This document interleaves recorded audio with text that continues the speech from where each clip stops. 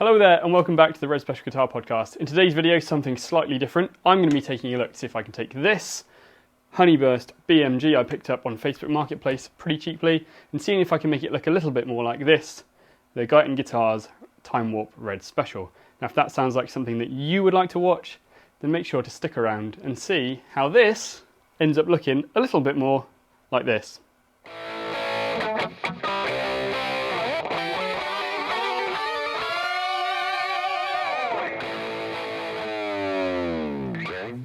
So first our story starts, so I'm scrolling through Facebook Marketplace and I happened across this Honeyburst BMG guitar and I thought to myself, that's quite a cheap looking guitar. It needed some work doing, as you can see, there's some bits missing, and I just thought it would be a really interesting project thing to own and see, pick up cheap and have a look and see what I could do with it.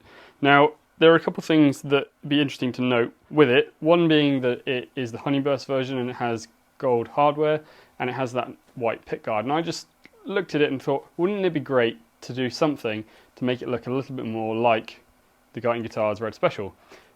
So in starting the project, I thought back to when I was working with Doug on my own Red Special build, which was in about 2021, and just thought through some of the process, some of the conversations that we had about guitars, and also was reminded by Doug's wonderful Red Stratocaster project, where Doug's whole ethos was to try not to change the original guitar at all. So if he wanted to turn it back into a normal Stratocaster, which he has done, he could do without any loss. So my plan was, what could I do to the guitar to make it look more like the Red Special without changing any of the woodwork, without doing anything major, without having to drill any extra holes in it and do any of those things. Now I know there are things out there on the market that you can already purchase, but I thought for something fun to do for me, it'd be really interesting to test myself and see if I could come up with a solution. So how did I start this? Well, it starts with me taking the scratch plate off, which I did, and having a look at that. So what I did was take the scratch plate off, I opened up the guitar, removed some of the wiring, and took the wiring harness off of the guitar. I did have to cut some of the wires off to do that, the jack plug wires and the earth for the tremolo unit, so those have been cut off. And I removed the wiring harness but left it intact, because one of the things that I really wanted to do was not have to do any soldering, or reduce soldering as much as I could possibly, because I'm not particularly a great fan of it, and although I could do it and it's not a problem, it is quite time consuming. I was just thinking, what could I do quickly? So I took the scratch plate off, removed the wiring harness, left it as it was, and really took to tracing the scratch plate so I could align the holes correctly, because I didn't want to drill any new ones. Now this is the 2007-2008 BMG, which has the slightly larger half moon, so I was going to be stuck with that sort of size half moon, but I could at least go about tracing that and making something a little bit nicer looking with only the one hole, so I could reuse the existing screw hole. Now in doing this, it posed a few questions about how to make it look right, and the cavities on the BMG are quite limiting with what you can do to make the guitars look as close to the original scratch plate as possible. So you'll see here as I'm taking it apart, the difficulties and is what is possible. I then thought about upgrading all the plastics to be black, so I ended up working with a couple of friends from the forum on this who I told about the project, and after creating the initial sketches I sent them off and had them put into CAD for me, so that if I made a mistake or broke something, or when I was trying to route the edges, if I cracked anything, then I could go and ask them for another one, which seemed like a sensible thing to do at the time. And it seems to have been work, because we had a few problems or I had a few problems along the way with screw holes not quite aligning where I wanted them to. One of the other things I really wanted to do was maintain the wiring harness as it was and reuse it without having to put any additional work into it. So talking to one of my friends, we came up with a solution, or he came up with a solution I should say, of this metal switch plate arrangement that sits beneath the scratch plate, much like the original, but actually clamps the switches together to reduce the height of the switch actuators so it looks more like the original without any modification whatsoever, and that sits underneath the scratch plate and is very solid and works really well. So we came up with that, which we're really proud of, and that's gone in. The switches are now on top of that, and that's how we overcame that problem. And then the wiring just follows up through.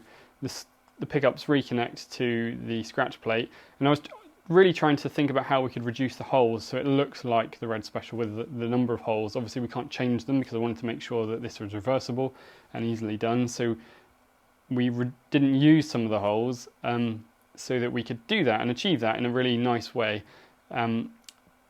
Pickups, I wanted to have pickups around, so looking at the spacings, what we did was we created slightly wider pickups around that covered the holes, and we countersunk the screws in so that when I was setting the guitar up, I could set the pickups to the heights that I wanted, and then when I was really happy, I could stick the pickups around on. And I'm really happy with what's come out with this. It was a lot of work, a lot more than I thought, but we've made a few things, and we've got some stuff so that I can do it again if I messed up, which I just think is a really fun project. It looks fantastic, much more accurate. It's actually really interesting when I took the scratch plate off, how similar it was to the Guyton guitar's Timewarp in colour. It's not exactly perfect, but it's a lot closer than the Red BMG or the Red Burns that are available. And this is the finished guitar. I think it looks absolutely lovely, and we're really pleased, me and my friends who have worked on this to get it to this point. We're really, really proud of what we've achieved. In another video, I will show you what it sounds like, but it pretty much sounds exactly the same as it did before because nothing's changed. And it's got me thinking, is there a want to change a few more things, such as the tuners on the guitar? I might look at trying to upgrade those to be something a bit more like the original. Just move away from the brass hardware and move to more accurate knobs, and looking for a chrome bridge. Possibility, been toying with the idea of working with some UK-based people and doing a conversion on it and showing you what that looks like. Again, I know there are people out there that do that, but it's just solely a project for me to do on my own. So I hope you've enjoyed this video, and if you have, then please consider liking and subscribing. You'll have also seen some podcast coins somehow end up in the guitar. Well, and if you want to get one of those, you can head over to our Etsy store and pick one up. They are a wonderful product, and I'd love it if you could all have some. It's nice to see you posting pictures of them when you've received them too. We've got some other stuff on the Etsy store too, but the other thing I'd ask you to do is to join up as a patron of the podcast. If you like this video, if you like the other videos and the other content that we've been putting out, please consider becoming a patron. It really helps me, it helps the channel grow, it helps me do other things like this. And who knows what could come if we had some more patrons. The ones I've got are absolutely fantastic. We have a wonderful, wonderful chat on Facebook Messenger where everyone is invited and we all talk about guitars and life. And the Red Special Guitar podcast, you get to know what's going on and who's being interviewed and ask questions, to see things early. And we've managed to help some wonderful people in the community do some wonderful things. And there's been some magic moments in that, which I'll come on to in another video that'll be out soon. But this is going to be a series of like modifications and doing things DIY style-y. So if you like this, then please make sure you like, subscribe, and make sure you follow. And if you're interested in any of what we've done, please put a comment in the description below and I'll get back to you as soon as I can. So thank you so much for watching. I had some real great fun and lost some hair, or some hair went grey doing this, but it's great to finally put this project to bed and be able to show you what I've done. Thanks very much. I will catch you in the next one.